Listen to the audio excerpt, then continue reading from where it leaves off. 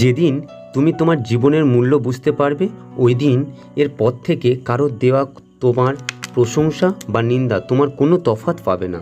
ওদেরকে বিশ্বাস করো না, কারণ পরিস্থিতির সাথে সাথে ওরাও বদলাবে। বিশ্বাস তাকে করো যে কখনো কোনো পরিস্থিতিতে বদলাবে না। কোনো আঘাত কেবল শরীরকে আঘাত করে, কিন্তু শব্দ মনকে আঘাত করে। স্ত্রী ও স্বামী পছন্দের মেলে, কিন্তু বাবা মা পূর্ণ করে মেলে। কর্মের উপর বিশ্বাস করা আর নিজের উপর বিশ্বাস করা হলো ভগবানের উপর বিশ্বাস করা মতো। কোনো ব্যক্তি যতই মহৎ হোক না কেন, চোখ মুখ বন্ধ করে তার পিছনে চলবে না।